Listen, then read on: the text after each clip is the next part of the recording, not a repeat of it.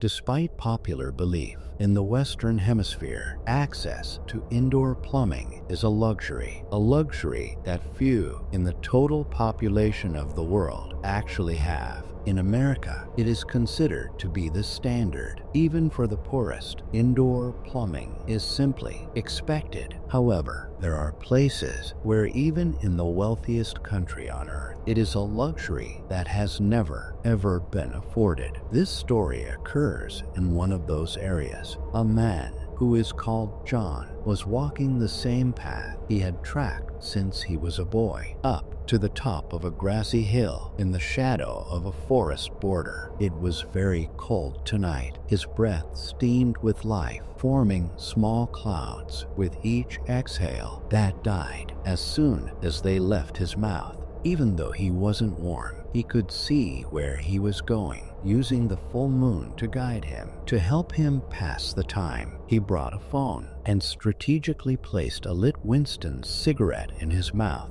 As he finally reached the old outhouse, despite the dry air, he could smell the faint odor of feces from several yards away, which reminded John that the outhouse had been on top of that hill for nearly a year. It was past time to dig another hole. A quick look over at the rotted structure told him it was also time for an entirely new building. The door sported a stereotypical hole carved in the shape of a crescent moon, while the rest was filled with cracks and warped boards. Various twists in the wood had pulled many of the nails from their spaces. It had been dried, beaten, and blistered by the sun. The outhouse did not look stable. John sighed as he stepped forward and opened the barely hanging door. The inside was in even poorer condition. Barely enough integrity, barely enough space to sit. There was half a roll of toilet paper on the junk shelf. It had been repeatedly wetted and dried, making it wrinkle like an old man. The toilet seat was stained caramel brown from over a decade of use. Earlier in the day, a lady social worker had come by and asked John if he needed anything. She had mentioned being able to get him services, help to build onto the house. He had said no. John felt disgusted as he gave the inside a full review, and he decided then, when the social worker came by next month,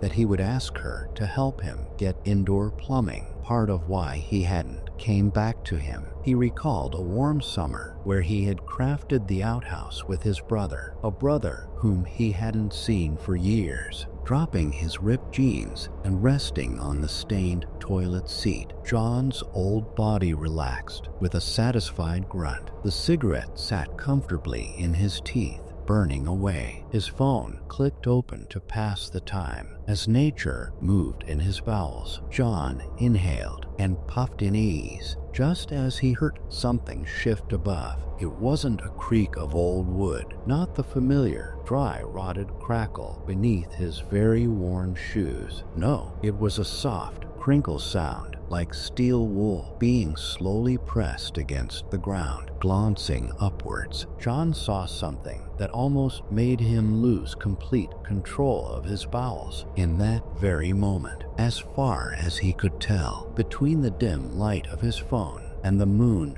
shining through the crescent carving, it was a very large spider, not a small pest capable of hunting only moths and crickets. No, this predator was far larger than anything outside of an arachnophobia nightmare. Its hairy, brown legs, as thick as water bottles, curled close to its dark body, perched against the upper part of the door, coiled into a pouncing posture, its round hind hidden behind a set of large, glistening black eyes that stared at John intensely, unblinking. Below those apple-sized eyes were a larger set of gleaming fangs buried inside of a surely dead creature. This one John recognized, a limp, dead fox, devoid of all color aside from red fur and two large, wet blood stains on its white undercoat. Occasionally, it dripped dark blood from its mouth onto the ground by John's shoes. Deep red surrounded the two fleshy, gashed holes with which the pair of large fangs were comfortably embedded inside, like butcher hooks, into a freshly slaughtered pig. John thought for a moment, his reason desperately wresting control away from going completely insane. A past in the military helped him win over himself and be still. Analyzing his situation, John figured the fox had not been dead for very long, seeing as it still had blood dripping from it. A fresh kill. Carefully recalling what little he knew of spiders and what he could remember from walking into the outhouse, John deduced that the spider must have run inside when it heard him coming. Quietly moved around him as he focused on his phone, trying to hide, as it did even now. That's what it was doing. The spider was still, curling its legs to be as small as its large body would allow, acting as if it were simply a part of the wall. Blood dripping from the fox was the only movement inside the outhouse, even stiller than John himself. There was no webbing around, so it couldn't be living there. Then again, maybe it was a type of spider that didn't make webs, no matter the type. By the kill, John could tell that this creature was likely not waiting for him. It already had a meal. This wasn't an ambush. They had simply caught each other at the perfectly wrong time. John considered his options. There was a gun in his house, about 30 yards away. Not an option, since the fangs were full. Maybe he could just run? It was worth a shot. Spiders are, after all, more afraid of us than we are of them. At least, John hoped this was still the case when the spider was on equal footing. If it was this large curled into a corner, how big was it when it sprawled out? Those fangs were roughly the size of Ka bars, the same knife he had carried in the military. John figured they could nearly cut his head off if they got him right. Reaching a nervous hand slowly towards the wooden latch on the door, the predator above suddenly dropped its prize directly into John's lap, bearing its blood-soaked fangs. It raised two hairy arms that nearly touched John's face as it postured more threateningly, opening more of its legs, growing larger than before, stretching itself wide over the door. Now, with a dead fox on his lap, John froze again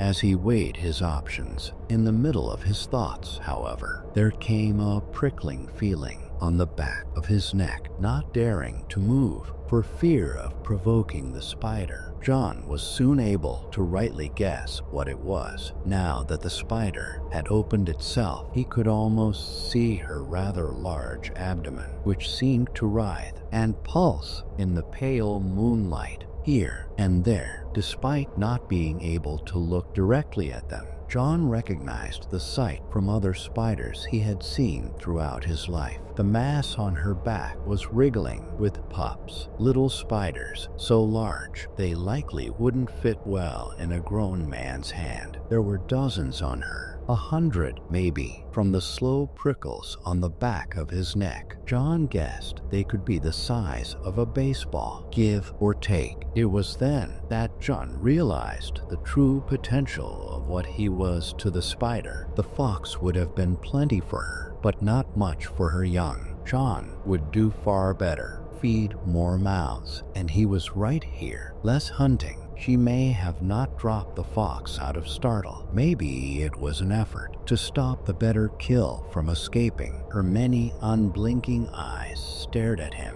It was as if she were thinking. John had never heard of anyone being killed by giant spiders. They must avoid people, and where she's pregnant and it's winter, maybe she's more desperate, hunting outside of her usual quarry, not quite sure how to incapacitate him without possibly hurting herself or her many children. Maybe she's never hunted humans before. Her black, glistening eyes had a cunning look to them. She was planning, deciding where she would sink her fangs. In that moment, he had not touched it for too long. The phone's light went off. John knew he had no time. He had to figure something out right now in that moment as the black legs stretched across the door, touching both corners, seeming to strike at any moment. He recalled something about how a man destroyed a building with nothing except fertilizer, how waste and its fumes were flammable. This outhouse was more than full. He could smell the vapors from below. They were lingering thick in the air. His cigarette was nearly out, but had some length left. Having no time to think of the possibilities, John only knew one thing. He did not want to fight a spider large enough to kill a fox with his bare hands in an outhouse. He'd rather risk being burnt gently, slowly, scooting back, ignoring the passenger on his neck and the slightly warm blood of the dead fox dribbling on his thighs. John shifted carefully backwards. The spider seemed to move with him, easing itself, sprawling its large legs even more, completely cutting him off.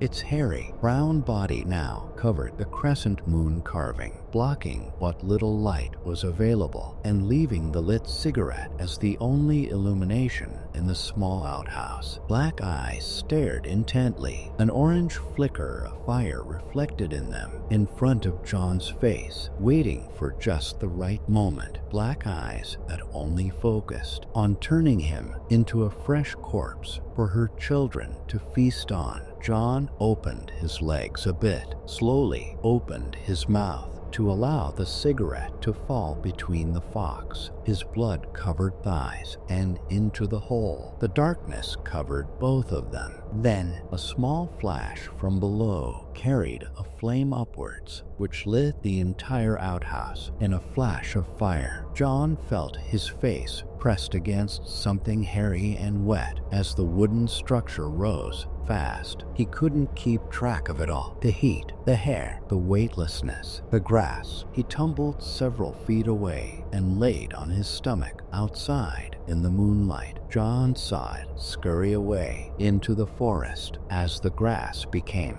so soft and everything so dark. When John slowly began to come to, the first thing he heard was voices he recognized. One belonged to Dr. Woollum, a doctor he knew well, speaking in the measured, clinical tone of someone delivering difficult news. The other belonged to his daughter. John didn't let them know he was awake yet. Dr. Woollum was telling her that John had burns ranging from 2nd to 4th degree on 60% of his body, along with broken ribs. His legs would have to be amputated in the morning. There was a strong likelihood he would lose several critical parts of his lower body as well. There simply wasn't much left. He had a concussion with a skull fracture. Skin grafts and rounds of antibiotics would be needed to stave off infection. He should make it, though, as long as they kept him clean. John glanced around for a reflective surface and found himself in a metal meal tray. His beard was mostly gone, and what was left was singed. His hair was bloody, gashed, nearly bald. He had no eyebrows. His lips were painfully dry-looking, and the faint dullness of pain medication told him he'd be in a world of hurt once they wore off.